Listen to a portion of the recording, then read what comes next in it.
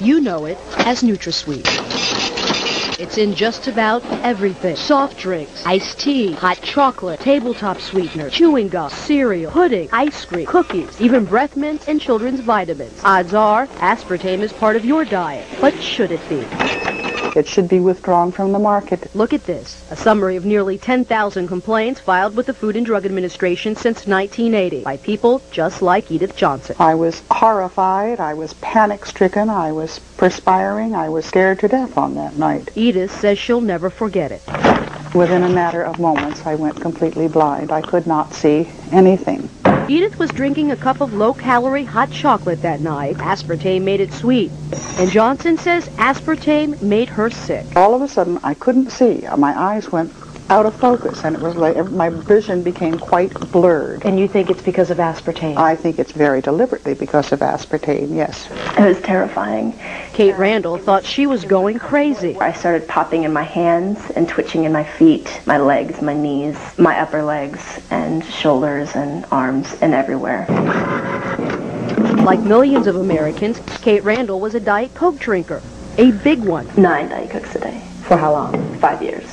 Every day. Every day.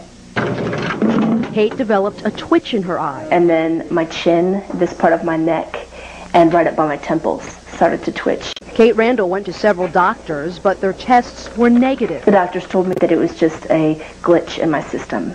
My first reaction was, well, it's a glitch in my system that I'm not willing to live with. And what that meant was that I was going to do my own research. So Kate went online searching for answers. And she says what she found left her with a bitter taste for NutraSweet. I absolutely believe that it was the breakdown of my health for 2 years. Kate Randall isn't the only one who believes NutraSweet is dangerous. Dozens of web pages warn against the ill effects of aspartame. One of them is supported by this man, Dr. H.J. Roberts, a private physician and author of several articles and books on aspartame. Somebody has got to put this out and say, be careful. Roberts calls aspartame an ignored epidemic. The internist says he's treated patients who suffered severe side effects from America's favorite artificial sweetener. The bottom line is that I have over 1,300 in my own database that people have had terrible reactions to products containing aspartame. Dr. Olney, do you think that aspartame should be on the market today? No. Why not? Because it hasn't been demonstrated to be safe.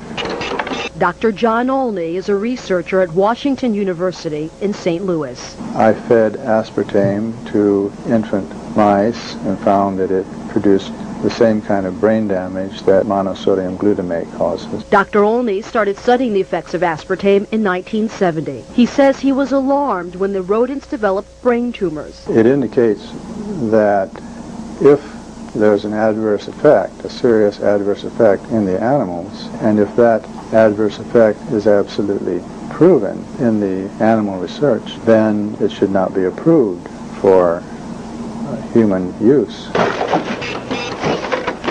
Dr. Olney took his findings to the Food and Drug Administration as Seril, the company that developed aspartame, pushed to get the new sweetener to market. The FDA looked at the research and in 1975 put aspartame's approval on hold. It set up an independent panel of doctors to study aspartame. In 1980, that public board of inquiry unanimously ruled aspartame should not go on the market.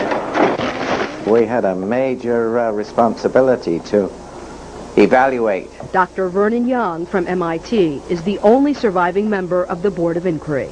Our conclusion was that on the basis of the evidence presented at that time, we weren't able to assure ourselves of the safety of aspartame in that particular context, and that we advised the need for additional studies.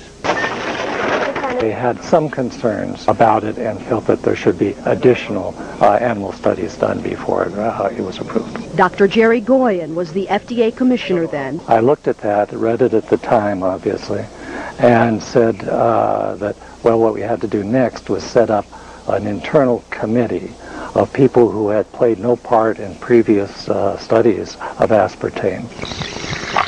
But Goyen never had the chance to review the results. That's because he was forced to step down in 1981, when newly elected President Ronald Reagan appointed a new commissioner. That commissioner quickly approved the use of aspartame for dry foods like cookies and pudding mix. Just 2 years later, he okayed it for carbonated drinks. We tracked down that FDA commissioner, Dr. Arthur Hall Hayes. Hi, Dr. Hayes. Yes? My name's Aline Sergani with Fox 5 in Washington. Yes? Can we ask you a few questions about aspartame? FDA has all the information you need. Yes, but sir, you were the FDA commissioner when aspartame was approved.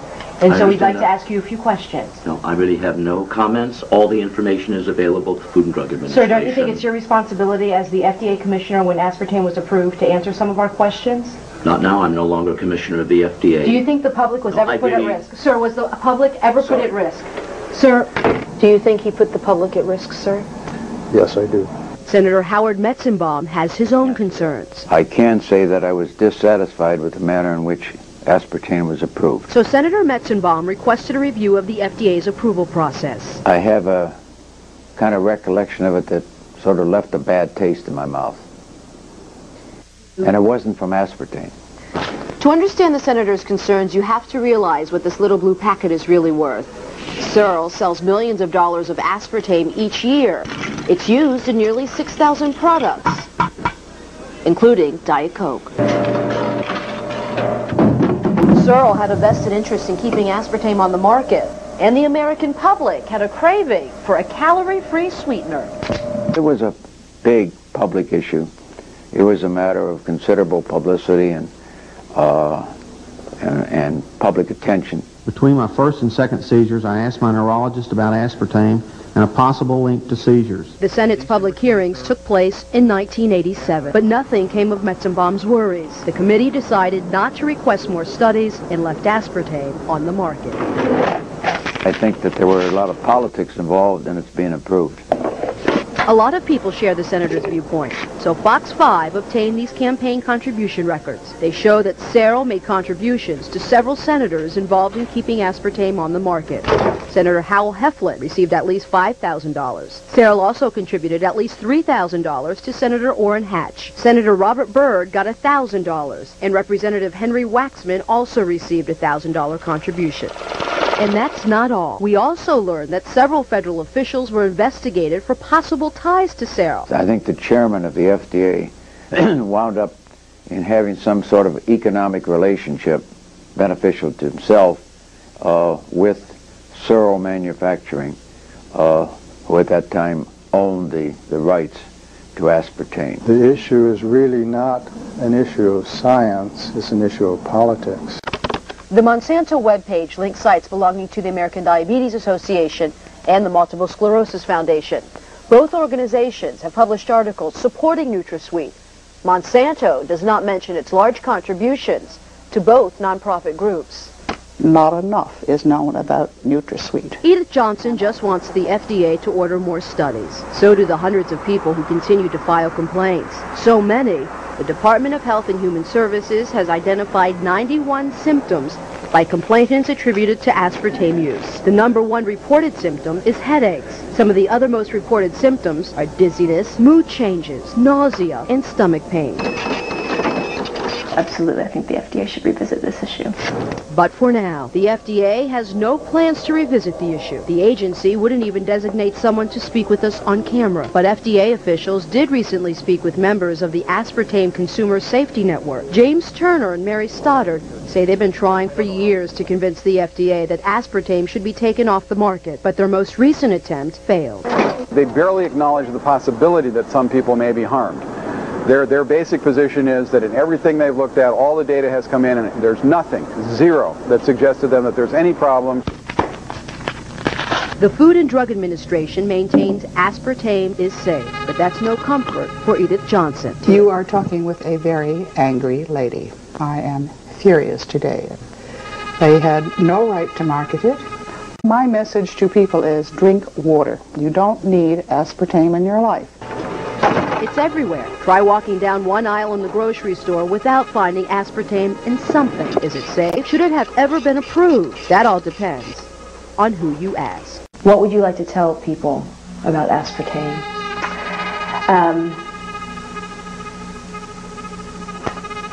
Avoid it.